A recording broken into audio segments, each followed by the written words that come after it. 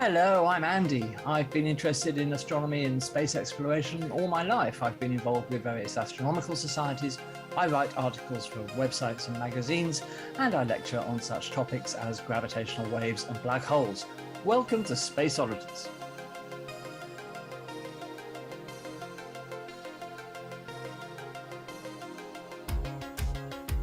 Welcome to Space Oddities. My name is Kareem. I'm the Public Events Coordinator at the Royal Astronomical Society of Canada's Montreal Centre, the Astronomy Prof here at John Abbott College, as well as a presenter every Tuesday night on the Global Star Parties by Explore Alliance.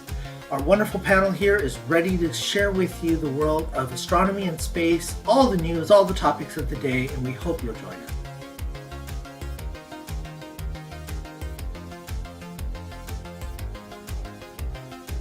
Hello, my name is Keith Mosley and I did a degree and a doctorate in Earth Sciences at the University of Birmingham before becoming head of geology and head of physics at Monmouth School in Wales.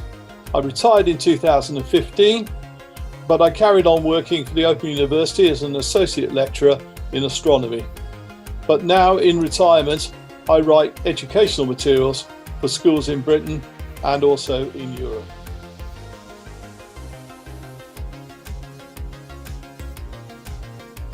Hi, I'm Mary. I'm an amateur astronomer, astrophotographer, astronomy sketcher, and an astronomy and space artist based in the UK. I have a really busy talk schedule talking about astrophotography and lots of other areas of astronomy. I run astronomy sketching workshops, I do outreach events, and I also do astronomy writing for magazines and books. I'm really looking forward to seeing you guys on Space Oddities.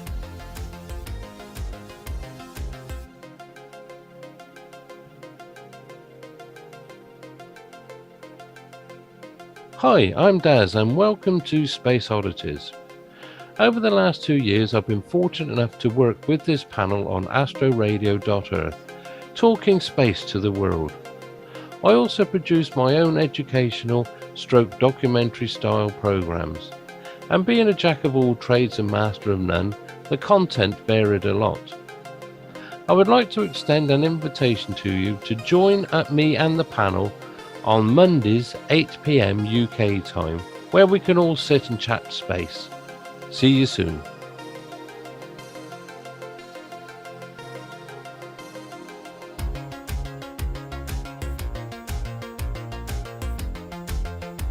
Hello, this is Pete Williamson. I'm a retired professional astronomer, founder of Astro Radio and Solar Sphere Astronomical Music Festival. Sadly, Astro Radio is no more, and this panel that we're all going to be part of was born out of Astro Radio's Reach Out and Touch Space.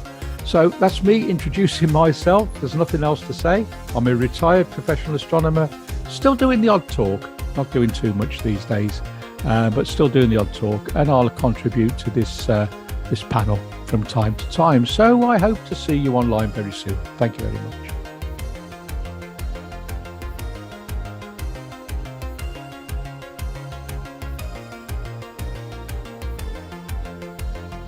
Hi, and welcome to the show. My name is Dave, and I reside in Liverpool, UK. I have followed all things space and astronomy since I was a little child back in the 60s. I've been a member of the Liverpool Astronomical Society for 46 years, and currently I am the Observatory Director. I'm involved in outreach work, and like many of you, I have that passion to share my knowledge with all like-minded people. Welcome aboard. I hope you enjoy the show, folks.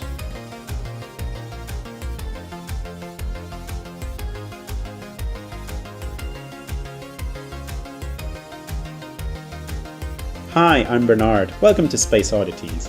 I'm a science writer. I'm published by Springer Publishing, and I focus mainly on planetary science and space technologies. But I'm also a science speaker. I do a lot of public outreach events for astronomy organizations in the UK and elsewhere. We're going to have so much fun on Space Oddities, so I hope you'll join us.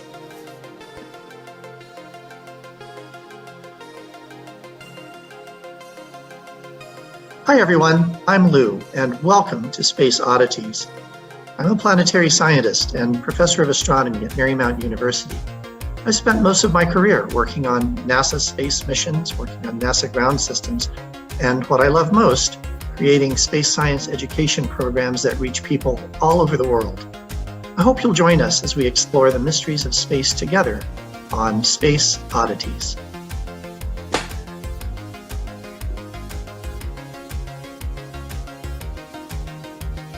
Hello, my name is Roger. I live in the West Country in the UK, and since I've taken early retirement, I've taken up my love of astronomy back again, and I'm getting quite into astrophotography, especially lunar, solar, planetary and deep sky. So hopefully if I can help anyone along with hints and tips, I may be able to give you some advice later on as we progress through our groups in the many weeks and months to come. Thank you.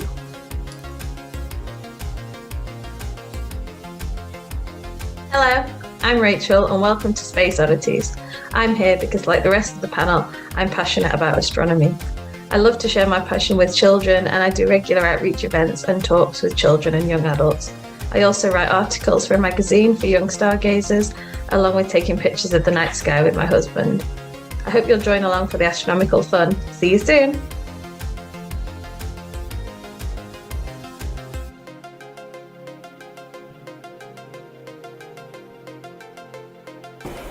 Hello, I'm Simon and welcome to Space Oddities. I've been doing astronomy now since the year dot. I've been a member of several clubs and currently I'm helping out run Bath Astronomers in Somerset. I enjoy repairing telescopes and running outreach, so I hope you're going to enjoy Space Oddities as much as I am.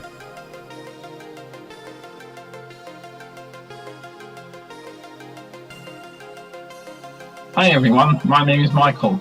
I'm an amateur astronomer from the Midlands, and I'm a member of the panel of astronomers on Space Oddities, a new weekly chat show with a difference, featuring a panel of experts discussing all things astronomy. I've been interested in astronomy for most of my life. I enjoy learning everything there is to know about this fascinating subject. I have been a keen member of astronomical societies, including working at council level. Although not an active observer, I enjoy following the various space exploration programs from around the world. I do hope you can join me and our panel of experts on Space Oddities.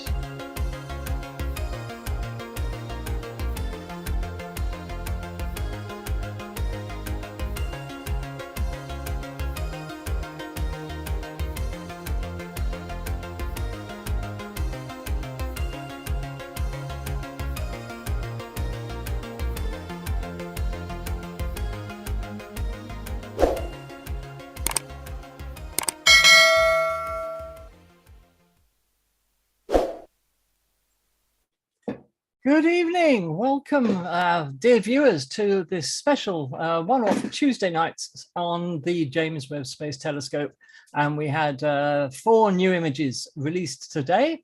What a fantastic day for astronomy. And what we saw last night, the one that President Joe Biden released of Stephan's Quintet, but we had 4 more lovely images today if you haven't already seen them. We're going to, first of all, it wasn't Stephan's Quintet, was it? It was the other one, the Deep Field. So what we're going to do this evening is to take you through the new images. Of course, you know, we haven't seen them for very long, so we haven't had time to do much in-depth analysis, but we're going to tell you what we know about the images. Before we do that, I'd just like to introduce our good friend Gary to you. Joining us for the first time on Space Oddities. Gary, would you like to tell us a little bit about yourself? You're on mute, by the way. Oh, there we are. Hi all. You okay, guys?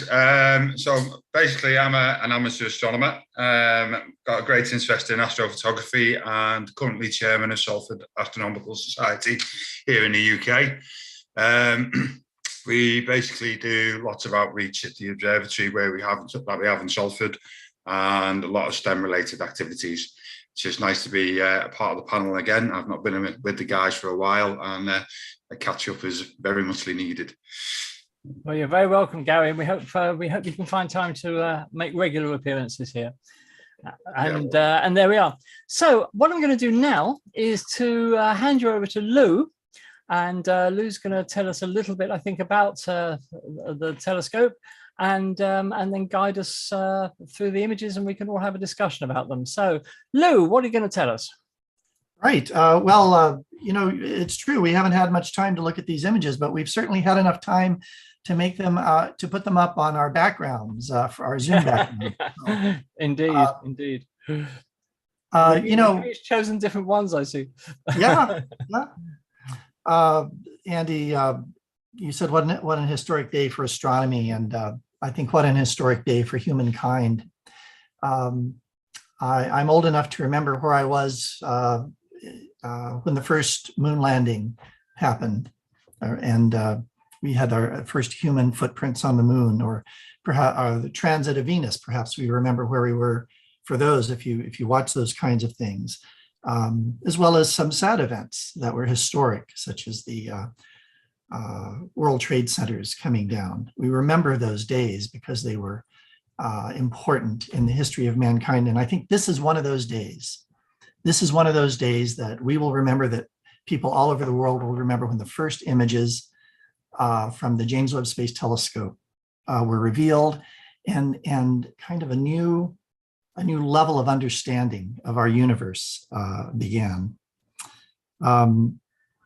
Our panel today is going to tease apart the mysteries within these images and figure out what the universe has been hiding. And I just wanted, I saw the interview with NASA Administrator Bill Nelson today, and I thought he quite rightly quoted Carl Sagan, who said, "Somewhere out there, something amazing is waiting to be known." And so we begin again our process of discovery. So we have the Hubble Space Telescope, which was kind of rewrote the history books, showed us amazing new images of the universe, and now we have the James Webb Space Telescope, over 10 years in the making, slightly over budget, but boy, is it returning the images and the other data, as we'll see today, that we had hoped for. Hubble Space Telescope saw in the visible and ultraviolet and showed us the universe in those wavelengths. James Webb is showing us the universe in a broad range of infrared wavelengths. And so one of the things we're going to see is that the universe looks different depending on the color of light that you observe it in. And we may even show some other instruments such as Chandra and ground-based observations today for comparison. So, I say let's hop into it. I thought I might just put some images on the screen so that all our viewers can be looking at the images as we discuss them. Does that sound fair? Yeah, that sounds great. See if I can pull that off. Let's see here.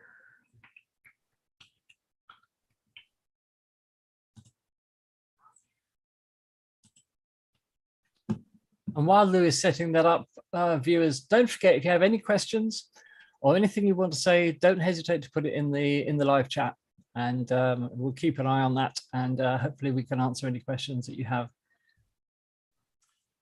All right. Well, as Andy said yesterday, the very first image was released. Maybe that's the day we'll remember. I don't know. Maybe we'll remember both days. And what an astonishing deep field image we have here, reminiscent of the Hubble deep field images, although taken in a much shorter time frame. So the integration time was much less, and the definition is just astounding. There's a lot to be addressed in this image. Maybe I should just open it up to the panel. I know you all have had a night to sleep on this and think about the image. Would anybody like to comment?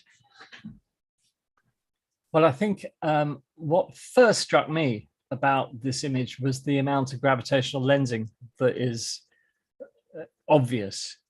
So this is where the combined mass of all the gravity of the galaxies in this cluster is bending and distorting the light of objects behind the cluster in the far distance. So these are the sort of the arcs that you see that look like smears.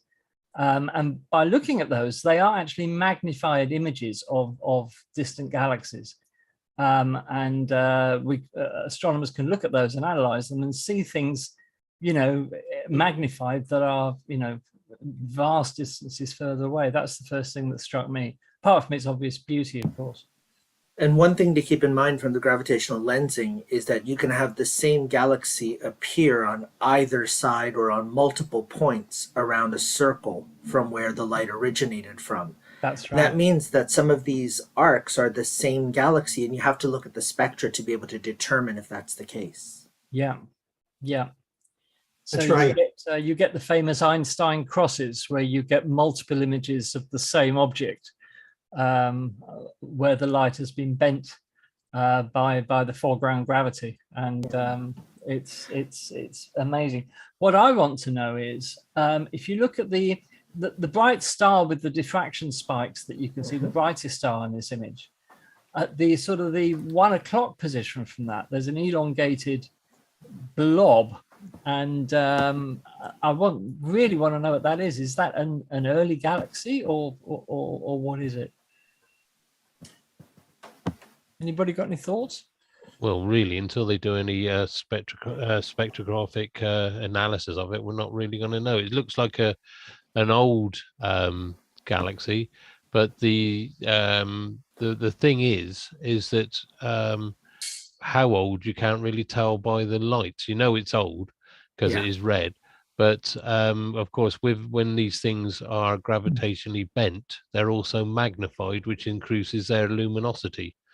So at the end of the day, somebody will have a look for you, Andy, and they'll send you an email. Oh, that's nice to know. They're good like that. There are 7 of them in this image. There's one right towards the bottom of the picture, about 2/3 of the way along as well. That's sort of a misshapen, elongated blob. So I'd be interested to find out exactly what. I think we'll also just all point out that the stars with these spikes on them, these are refraction spikes caused by the pillars that hold the mirrors apart to give it its distance, but also they're in the foreground, if you can understand that. They're actually closer to us, and everything else is far beyond. Now I do believe that they reckon that this picture actually takes us all the way back to 13 billion years. 13.4. 13.4. Well, there you go. Even more. Even more. Yeah. Can I ask a question about that, about the distance? Yep. The gravitational lensing, where you say that some of the galaxy would be a mirror image on the opposite side. Can you tell? Is it by the spectra that you can tell how far that they are away in relation to the object that's producing the gravitational lens? So it's not with respect to the one that's producing the gravitational lens as much as it with respect to us, because it's the light's distance that it's traveling, including that bit of curvature around the lensing cluster. And the lensing cluster is about 4.6 billion light years away, if I get my numbers correctly. So what they've done is they've looked at the redshift of those hydrogen lines, and they've looked at the relative comparison between the depths of different types of lines in the galactic spectra to figure out if it's the same galaxy or not. So if you look at the relative intensity and the relative depth, you can see whether it's likely the same galaxy or not. Nice. Okay. Right. Thanks. And I know. Sorry. Go ahead, Luke. Go finish your thought.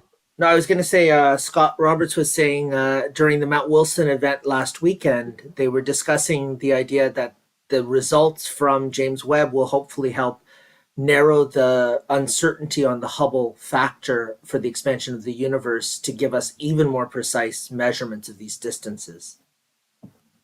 Yes, the Hubble constant seems to be a little bit elusive, depending upon what the method that you use to derive its value. Some things to keep in mind with this image. The first is that it is a composite image. This is a set of a few different wavelength ranges of infrared images mapped on top of each other. And because they're infrared images, which our eyes can't see, right? We don't see in the infrared, most of us.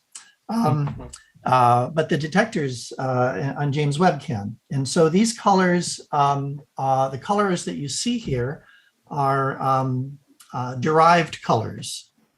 And I suspect that they have the same relationships. So the redder colors would be further in the infrared, perhaps. Exactly.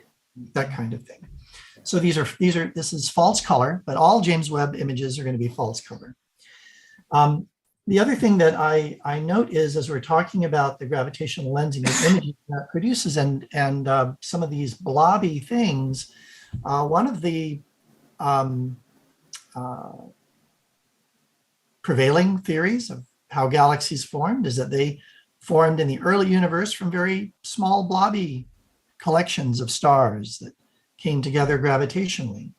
I'm not ready to say that's what those blobs are, but we are certainly more likely to see them, if we do see them, in the early universe, these mini galaxies, than in the universe that we have, where we've had 13 plus billion years of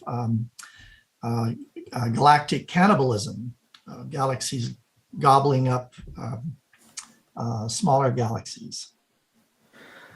Lou, do you have the image that superimposes this deep field with the Hubble view of the same cluster?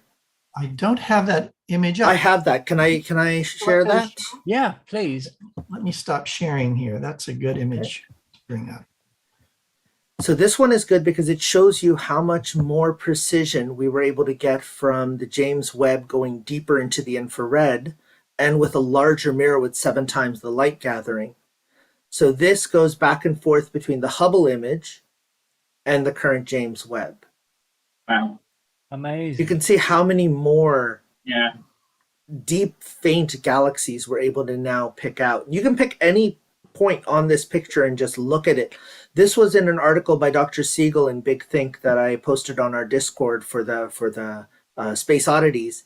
And I love the detail, but I also love the fact a few of the amateur astronomers have been mentioning that the diffraction spikes bother them because it does bother some semblance of astrophotographers. But if you look at the narrowness of the initial ring around the star compared to the Hubble image, even though the spikes are larger and brighter, you get closer to the star to see other objects around it. Yeah, you see that. And that mysterious blob that we were talking about, that's so much brighter, isn't it? Everything's so much brighter with the Webb. Yeah. So that could indicate its distance in terms of cosmic expansion and redshift. It could also indicate its temperature. Yeah. Right. James Webb is going to see colder things than in the infrared than we see optical, and it could also indicate just interstellar reddening, right? Yeah.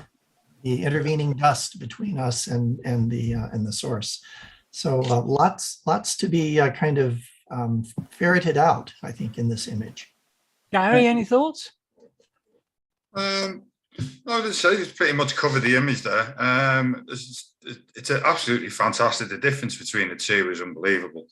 As I say, what we're seeing and the amount of lensing that's being picked up with the Webb telescope compared to Hubble. There is a slight bit there, obviously, but it's so much more enhanced with the Webb's image. So, yeah, lots to be taken in from it. I think we need a lot more time to study it, really. Definitely. Look at this bottom left corner here.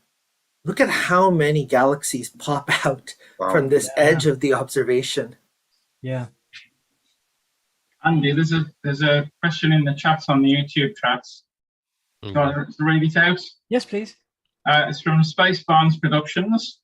As the universe was more dense back then, should we expect more gravitational lensing than is observed in more nearby galaxies? Thank you to Neil for that question. I know that is. Anyone? I don't know. Well, surely I'm just trying to think. Would it be right to think that at the beginning of the universe it was more dense? Because they would have to, the galaxies would have to start to form. But what you've got to remember is how long this light's been traveling as well. And also, this is only a small portion of the sky. So what you're actually seeing is from this one field of view. And this is going to be repeated wherever you point the telescope, except at the sun. It's a case of there probably there's probably a lot of things we still cannot see. Remember this, and it's pointed out by Andy Weller in the chat, saying that the James Webb Telescope deep field image was done in a morning, not in 2 weeks like Hubble. So that's got to be remembered. And also Ed Holt Astros says it's quite red. I think he's referring to what you were looking at, Andy. So at a great distance, but still lots of detail in the core, even with that amount of elongation. So true. And let's recall with the Hubble, because it spends so much time integrating on one specific spot, it has to pick a place that has no stars in our field of view from within our galaxy, no bright local galaxies within that field of view. Otherwise, the amount of photons would just blow out the picture. Here, because it's a relatively short integration time, I think Lou was saying it's just a couple of hours, you have some really dominant stars from within our galaxy, but we can still see so much detail. I think the actual data captured was 12.5 hours compared to Hubble's 10 days. And that was 12.5 hours over multiple filters, right? So that was the total integration time, but each filter took much less than that. Well, clearly, an image, not only for us to observe and tease apart, but I'm really looking forward to the first papers being published from people who have really had a chance to study this. The gravitational lensing is being created by a galaxy cluster called SMACS 0723. These names are just magical. It's going to come up in our next quiz. And of course, what we're actually looking at there is when we saw the image last night, Andy, if you remember, we were saying about all this mistiness in the middle, and apparently that is mostly to do with this little galaxy cluster. And if anybody wants to have a look, see if they can catch it, SMACS 0723. Oh dear. It can be viewed near the constellation Volans in the southern sky. So our southern hemisphere viewers can pop out and see what they can capture themselves. I know a few of the amateur astronomers have gone back to Stephan's Quintet or Carina Nebula from the southern hemisphere and tried to see how close they can get to what James Webb has given us this morning. There's a challenge for you. Because we were talking last night about, I said I remember catching one of the most distant things we use in the SLU telescopes, the remote control apps and all that, and I couldn't remember the name, and I'm sure it was Hogue's Galaxy. It's Hogue's, is it? It's froze. But remember that we are looking here at just a very tiny area of sky, as I think Joe Biden or was it Beavis, Bill Nelson saying, it's the size of 2.6 giraffes in an area the size of Wales. That's what you're looking at. I like the grain of sand held at arm's length. It's like, we know this is 1 degree, so maybe you can visualize a grain of sand in that. But I looked that up, and it turns out that geologists, when they're referring to grains of sand, might be referring to something as little as 0.6 millimeters or up to 2 millimeters. So now I don't know how big the image is. Exactly, because it's different fossilization of different crystal confusion structures. reigns. Yep. But we have only 1 hour. We have 4 more exciting images. Yeah, let's get on to the next one. Let's go to the next one. Let's see what else we can find here. Okay, so there's that. No, in no particular order. Let's see if I can even change my screen. There we go. Aha. Remarkable that we have a spectrum of an exoplanet, of a planet around another star. This was possible. Lou, do you want to start? Try sharing your screen again. It hasn't. Water vapor identified. Here, I'll put it behind me. That way you can all see it. Ah, there we go. Was that? Am I not showing the planetary spectrum? No. Just had a blank screen. Yeah. It said it started screen sharing, but it didn't finish. Oh, well, that's not good. Let's try again. But Lou, if you wanted me to share, I do have a bit of a setup for that to talk about it if you want. That sounds great. That sounds great, Kareem. You take the reins. So this is WASP 96b. This is an artist rendering. It's not actually a picture of the exoplanet because we can't get those yet. But this exoplanet was part of the wide-angle survey that was one of the real core transit surveys to look at different exoplanets. And what was really interesting about this one is it used this transit feature of seeing when the exoplanet passes in front of the star from our perspective to see that little dip in starlight and use that little dip to determine characteristics of this planet. So what did we find out about this planet? Well, we know that the star is very similar to ours. The planet, on the other hand, is one that we don't have in our solar system here. It's roughly 1.2 times the size of Jupiter in radius, but it's about the mass of Saturn. And it orbits in under 4 days, actually under 3.5 days. So you have a very hot, very low density planet. So we call it almost a puffy exoplanet, and it's passing around this star. And so we have 4 different planetary surveys that have looked at WASP 96b in the past. And one of the neat things that they've done is they've gone through this transit photometry curve, looking at the amount that the starlight dims. And then if you pick out specific moments just as the planet starts to pass the star and just as it ends passing the star, you're actually catching the starlight coming through the atmosphere of that planet. So you can look at different chemical signatures and try to understand what elements it's made of. And you can even determine how cloudy or hazy that atmosphere is based on how deep those curves go and how deep the absorption spectrum occurs. What was really phenomenal about WASP 96b is it appeared to be cloud-free and full of lots of sodium, a little bit of potassium and lithium, but a lot of sodium from what we could tell. The unfortunate thing is, because of our atmosphere as well as because of some of the tools that we have, we can't look at the larger infrared wavelengths until James Webb came along. And those larger infrared wavelengths are the ones where we can see signatures of water, of oxygen, of methane, of the specific biomarkers that we'd be looking for to see how habitable the planet might be. And this is for any exoplanet that we want to look at. So what we're looking for in specific is those moments just as the planet starts to pass in front of the star, ends passing in front of the star. So this whole process takes just a couple of hours.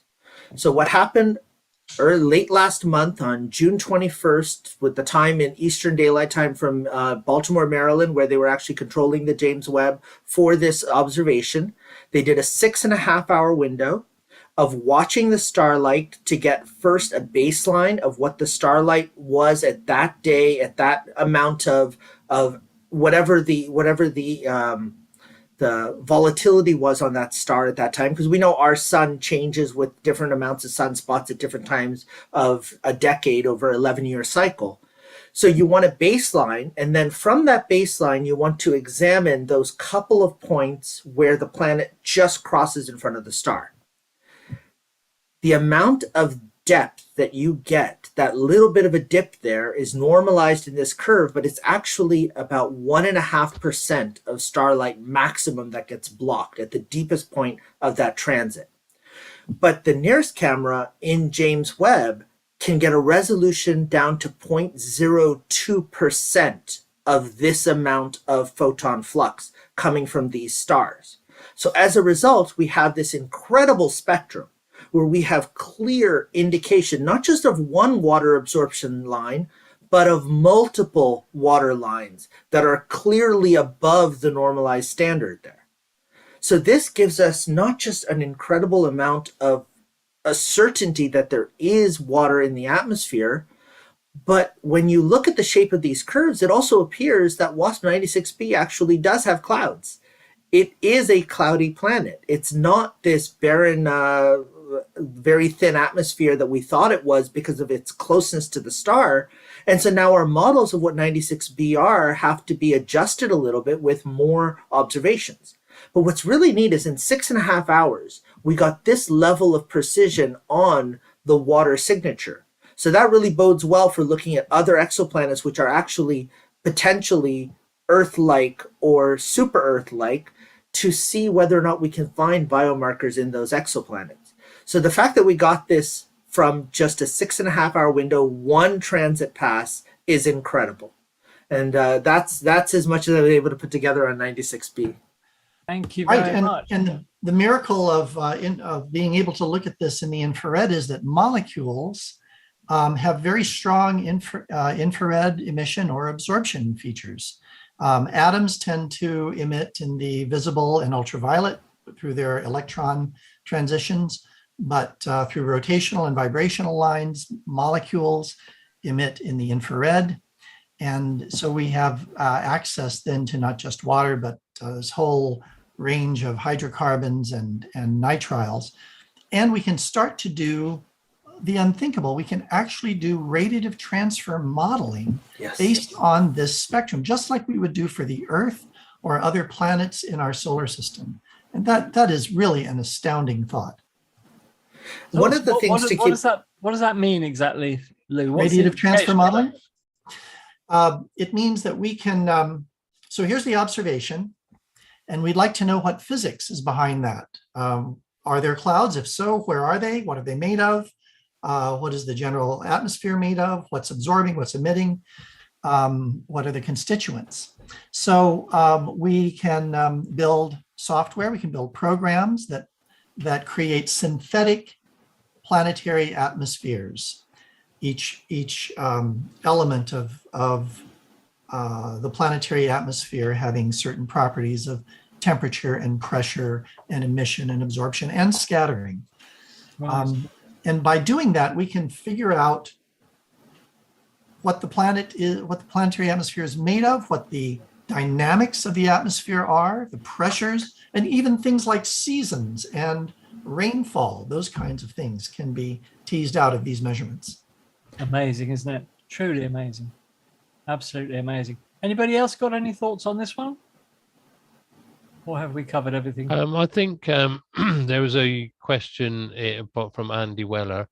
I wonder how much of a pinch of salt we should take with the exoplanet data, but I think Lou's just covered that marvelously. So, yeah. The interesting thing to look at with the models is the relative depth of different lines coming from these different molecules. And that's where you get that radiative transfer information that you can use with the modeling. And this is where, if you look at the same exoplanet multiple times, you start to see whether there's an evolution of processes. It's very possible that there were no clouds when we looked at it with those other 4 planetary surveys, and just this time around, it's a cloudy day.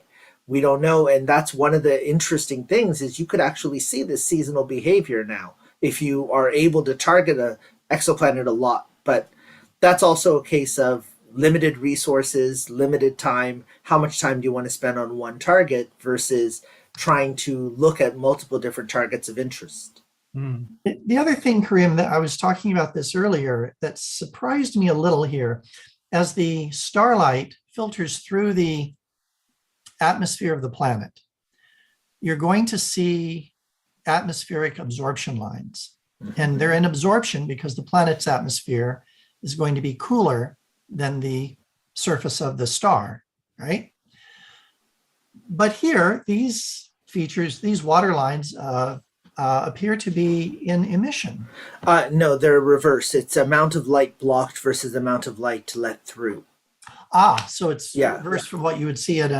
This is with transit photometry. One of the techniques they use to try to pick out the signals easier is you can see rises easier than you can see dips, and so they just do an inversion by subtracting the total amount of light coming through on a normal time to see how much light was blocked.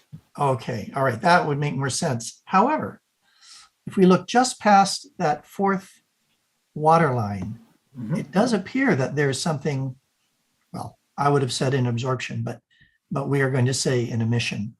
So I think there's a lot more to be seen here than, definitely. Than just the water lines. And it'll be up to radiative transfer modelers and people in the laboratory who are taking laboratory spectra to figure that out. Right. Okay. Good. Thanks. Next. All right. Well, dare I try to share my screen one more time? I'm not Yeah, having go on. great luck at it. Hi, Rachel. How are you? Hey, Rachel. Rachel, hi, welcome. Late to the party, but I'm here. Party's just getting going here. All right, we're going to try one more time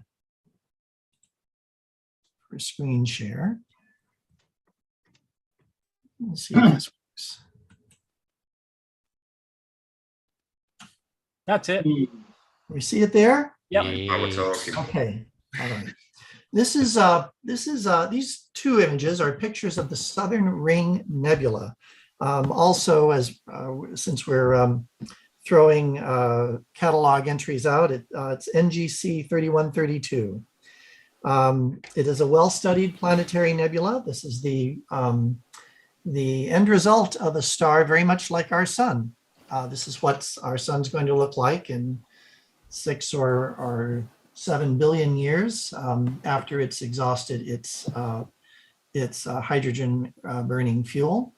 And what you're seeing here is gas that has been expelled from the remnant of the star, moving outward, being heated by that stellar remnant, and causing the gas in causing those gases to shine, and they shine in different colors because they are different gases. This planetary nebula is about 2,000 light years away, about 613 parsecs. And we have two images here. This is a side-by-side comparison of a near-infrared image on the left and a mid-infrared image from James Webb on the right. And you can just see such incredible detail in both cases. One of the things that Almost always like gets China. me, one of the things that always gets me about this one is the fact that there are actually two stars there. And it's the dimmer one that's given us this planetary nebula in multiple different stages. And the brighter one actually seems to be on the verge of itself starting to give out planetary nebulae. So this thing could be evolving over the next, 200,000 years. Lou, can you zoom in on that a little bit, enlarge it, because it's just showing it in your PowerPoint at the minute. Let's find out. That's it. Right. You can actually see the binary system in the mid-range. It's showing it as the red star. In the mid-range, they're saying that smaller one, you can even see it surrounded by a shell of dust at the moment because you can see it's muted. Well, this is the image that my friend Dr. Carl Gordon's been working on. I don't know if you saw him in the presentation this afternoon. So basically, they had I don't know if you heard him, there is an elongated galaxy in the top left-hand corner. Yeah. Before the data was processed, they just thought it was part of filamentation. And he was adamant about that, but unfortunately he's lost his bet. So it is an elongated galaxy, as we can see. As you say, there is a difference between the two different images. We've got one from the mid-range and one from the near-range. All the blues that you can see, basically, are the hydrocarbons that are showing up. Yeah, and fantastic imaging again, as we say, and a great image of a stellar death, basically. Yeah. Amazing. This is our future, gentlemen. It is indeed. Has anybody seen a Hubble image of this? Yes, Simon shared one. I think I have it. I wonder if you would mind putting that up if you've got it to hand. Let me so we can have a look at the difference with the Hubble. Great look. It's beautiful, isn't it? There it is. Okay, I have it. Got it. Okay, the screen is yours. This is the Hubble one. Yeah. Oh, wow. Gosh, what a difference. Yeah. Far less detail because there's far less to see and visible and ultraviolet. That is a truly striking difference, isn't it? Yeah, it doesn't pick that galaxy up at all. No, not it's at all. visible in the other images. No. Yeah, and that's peering through one of the holes in the actual gas cloud that's expanding. So they were lucky to sort of like, and of course, Webb picked it out, no trouble. Jobs are good. Amazing. Thanks for that, Kareem. You're welcome. There is a case to be made here for larger telescopes if you're looking in the infrared because the wavelength is longer. And so you need larger apertures to get similar spatial definition. But the James Webb is more advanced, not just because of its size, but also because of its detectors. So it's the whole spacecraft operating together. There is a question in the chat from actually my daughter Amber. She's asking, how wide is that nebula altogether? That's a good one. I'm going to guess about 3 light years. That's my guess. 3 light years. Any advances on 3 light years? Well, it's about 2.5 arc minutes. So what does that do for you? So I'll discipline her later for putting us on the spot. Here it is. One. You're very close. 1.4 light years. Oh, excellent. So there you go. In astronomy, you're dead on. Story of my life. Thanks for that, Lou. Thank you. Right, okay. Shall we move on to the next one? As time's getting on, if you wouldn't mind. Let's see. Let's pick. Hope you're enjoying this, viewers. And again, keep those questions coming. And don't forget to subscribe and like our videos if you'd be so good. With more subscribers, we can do more things. Our viewers have shot up quite a bit. Absolutely. We're very happy to have you here tonight, viewers, and thank you for coming. And no silly music tonight either. No. Those of you that were watching with us last night, I have to tell you that last night's video actually got a copyright strike from YouTube because of that silly music the NASA TV site was playing. And the YouTube algorithm said, hang on a minute, that's copyrighted. And we've got a copyright strike. It doesn't mean anything. It just means we can't make any money off that video, but we're not making money off any of our videos at the moment. So that's absolutely no problem. I have to say our audience was awesome last night in the chat. It was a lot of fun to be on the chat with them. Last night, audience, you were fantastic. So thank you so much. We do appreciate it. Right, what have we got here then? Hey, so everybody can see the image of the Stephan Quintet? Yeah. Okay, good.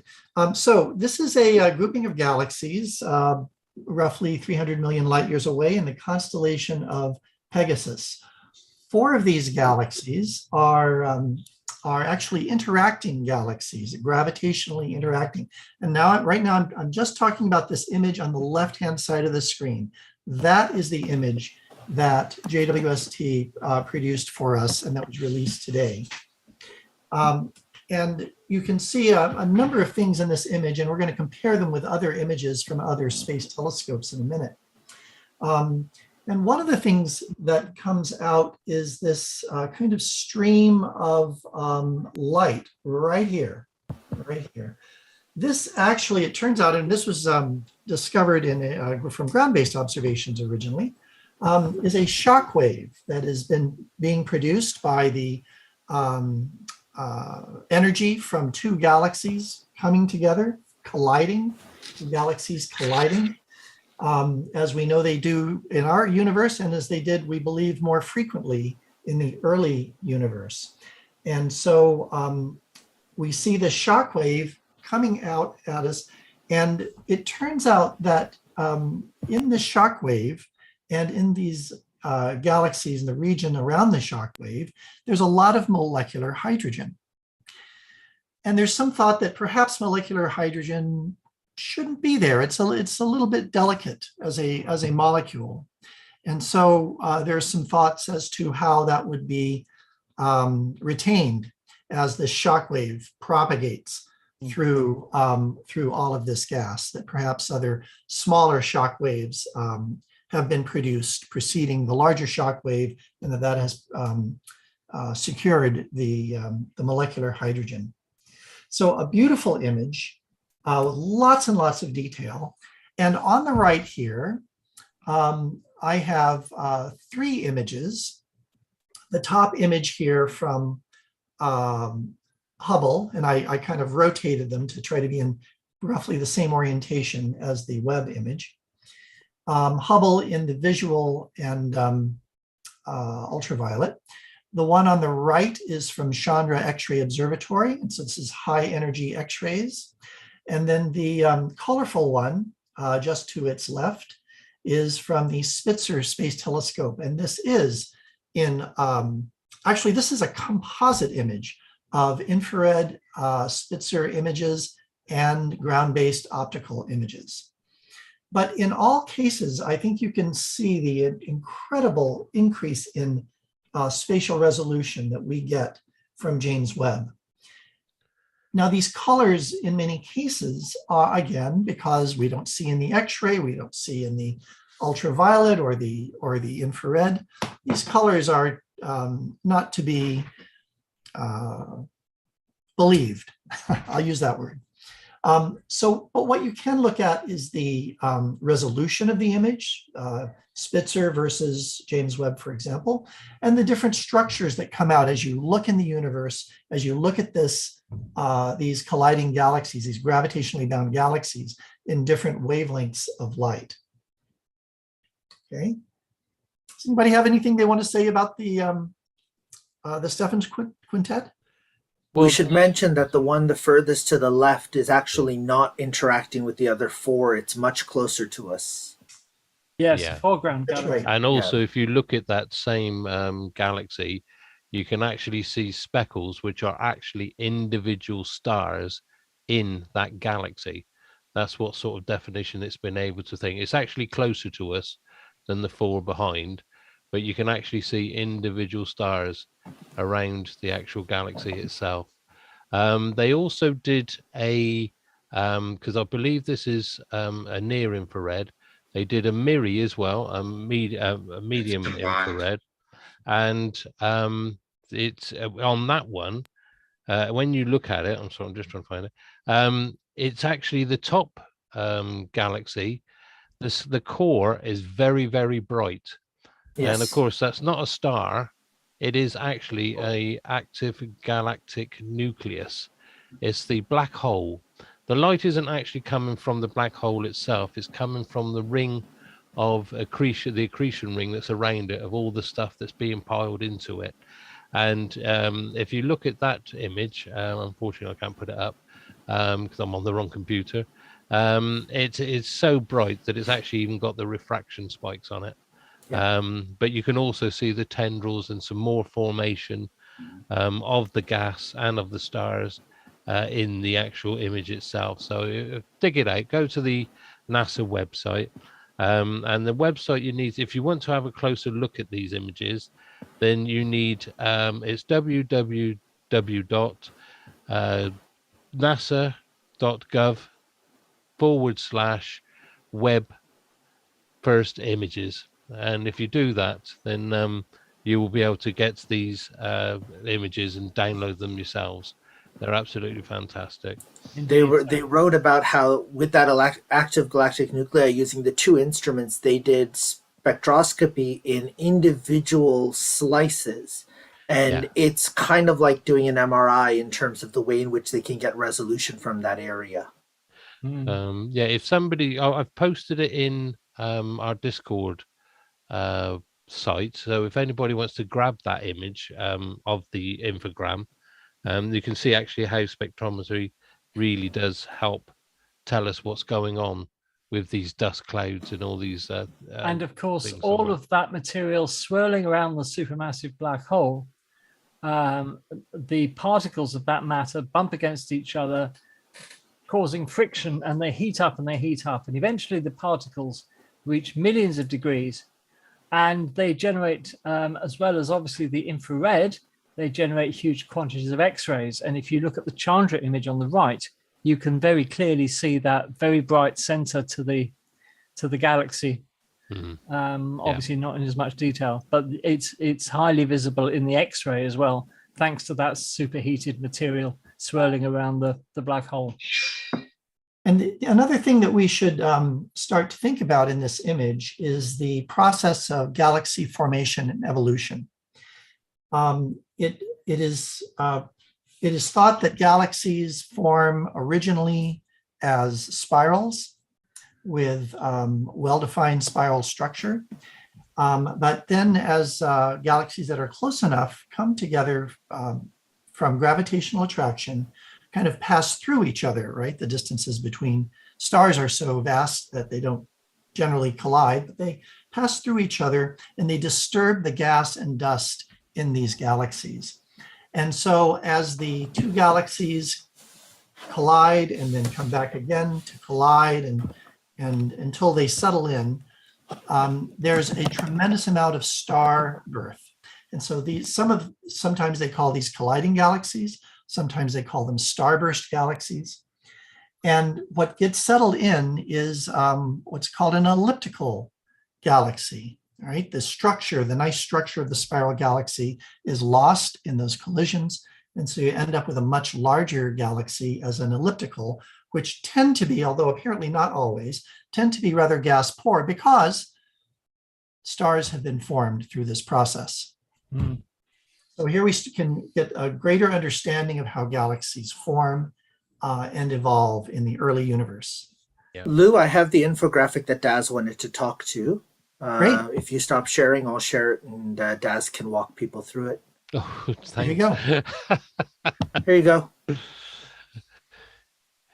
Yes, this is the spectrographic analysis of the accretion disk around the actual black hole with all the gas and the dust and everything in it. And as you can see, it's thanks for that. I'm doing it, of course. It's on your screen, and as you can see, it's been imaged and it's been sliced into 4 different wavelengths. If you look at the bottom 4 pictures, you've got what we've got 0.656 microns and 1.64 microns, then 1.87 and so on. And you can see we've got atomic hydrogen, we've got iron ions, atomic hydrogen again, and at a different when you've got ionized gases or elements, what it means is it's been hit by different energy sources.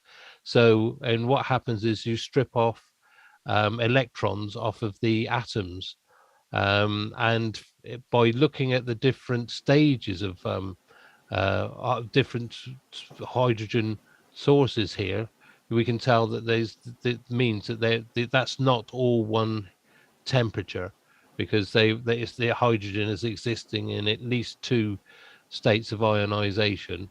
And also you've got molecular hydrogen at 4.7 microns, One big thing to point out is that first atomic hydrogen is actually at visible wavelengths. That's the hydrogen alpha at 656 nanometers. So that's part of what we visually look at when we go out in our amateur astronomy, is we typically try to look at hydrogen alpha. That's how we look at our sun all the time. Yeah, I've also got a couple of questions in the chat if we can take those now.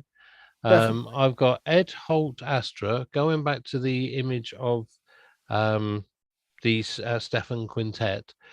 He's asking, are the red blobs hydrogen? Question mark. And also in the very top left part of the tidal tail of the galaxy, or background galaxies. Sorry, let me read that again. Are the red blobs hydrogen? And he's talking about in the top left-hand part of the tidal stream, tail of the galaxy, or are they background galaxies themselves? So if we can pop the picture up, I think he's referring to the top. I think he's talking to the top. This right here. Top galaxy, yeah, just at the top there. Is it that hydrogen at the top, or is it galaxies in the background? These look like galaxies in the background. Yeah, they are galaxies as far as I'm aware. They were discussed this afternoon in the image, and it did say they had picked up a lot of background galaxies within the image. So yeah, David Eicher from Astronomy Magazine actually posted this corner to say, look at this corner away from the rest of the quintet and look at how many galaxies. Yeah. Every image is the deep field image at this point. Absolutely. Yeah, and the second question is regarding the scope itself. Very quickly after they took the lens cap off, micrometeorite impacts were detected. Was this expected so soon? Well, I don't think they were expected so soon, but it's going to happen. But it was expected. And the telescope was designed to mitigate some of that. The impacts to date don't seem to have had any appreciable impact on the quality of the images. We're talking grains of sand at the moment. That's hit it. I think it's section C8, which has now been realigned. There is a small dink within the mirror, but it's not causing any issues, as we can see from the data being sent back. When I said it's not expected, I just think they wish it hadn't happened so soon. They were surprised at the size of the micrometeorites. They were slightly larger than they thought that they would have hitting on average, but it's an average, right? Hopefully the rest of them will be dinky. I mean, the size... As long as it's not the size of a golf ball. Exactly. I was just going to say the size... a giraffe in Wales. Yeah. The size is bad enough, but also it's the velocity these things to actually travel at. Or penguins. Well, penguins, yeah. They will actually destroy them. We have just a few minutes left. How about if we go on to our last image here? Absolutely. All right. Oh, yeah. See what we can do here. And while we're setting that up, viewers, the Telescope Science Institute team will be releasing each Friday a list of the targets for the James Webb in the week ahead. Now, obviously, that doesn't mean we're going to get the images the week after, because some of them will take longer to process than others. But Roger, our man with the eye on the night sky each week, is going to include the Webb images in his night sky guide at the beginning of each of our Monday shows. So we obviously will keep you up to date as soon as there are any new images from Webb. You can see them here. So there we are. And thank you for doing that, Roger. No right, problem. what have we got here then, Lou? So this is a beautiful picture of the Carina Nebula. This is a region of gas and dust that is forming many new stars. It's kind of a stellar nursery, about 7,600 light years away. And we have imaged this through Hubble and other telescopes in the past.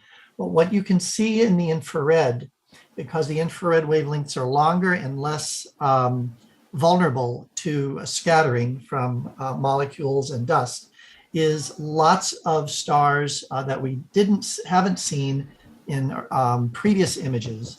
Lots of new stars forming.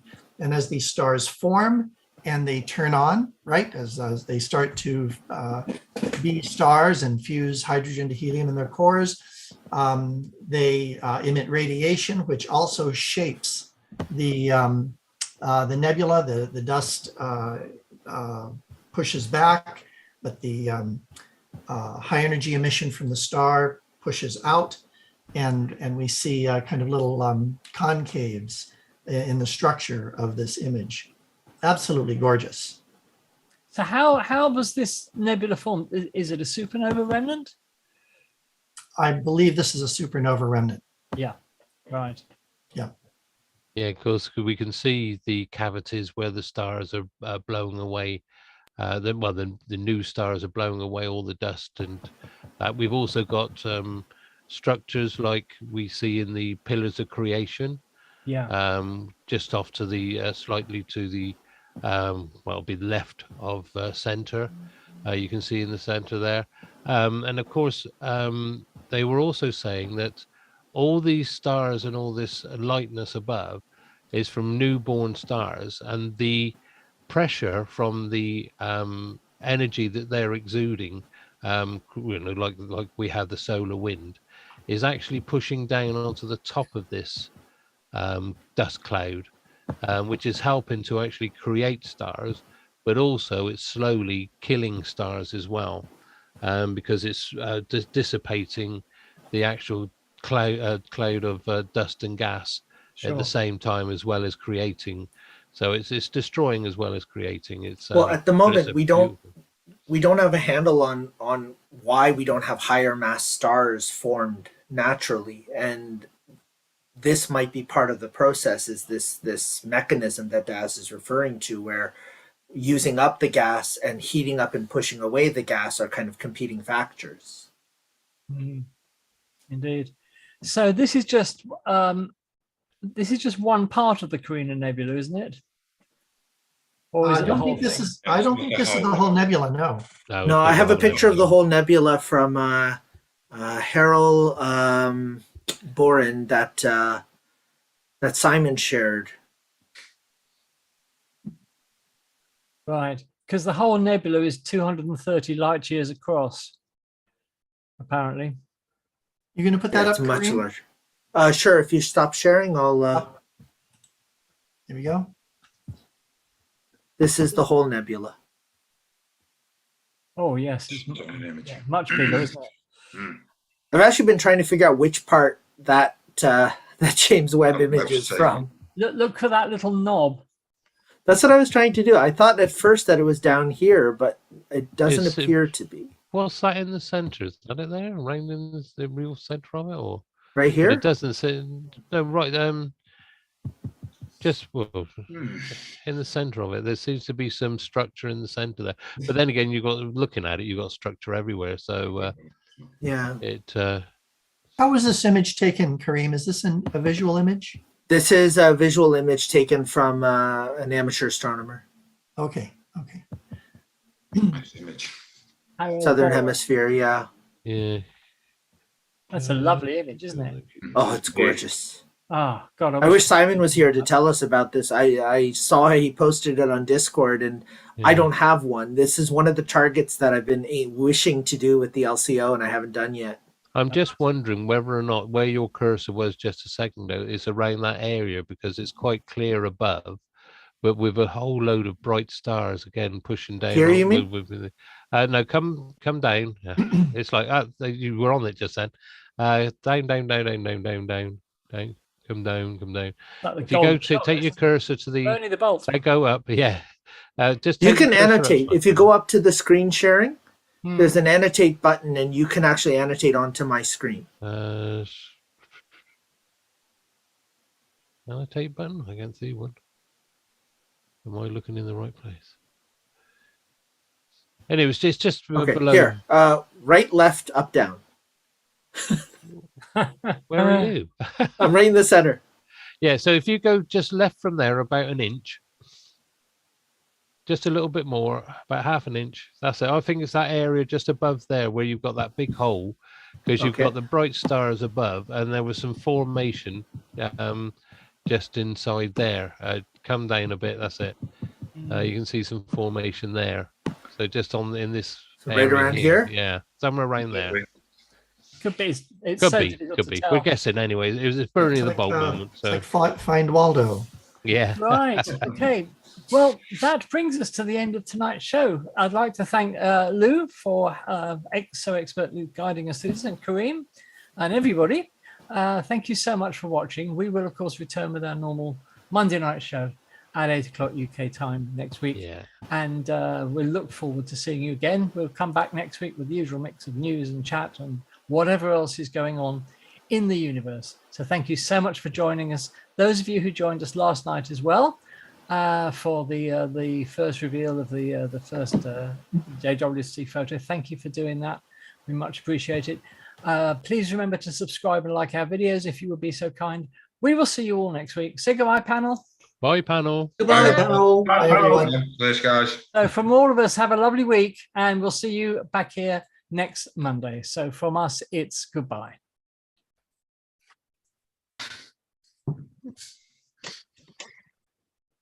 Okay, that's a wrap.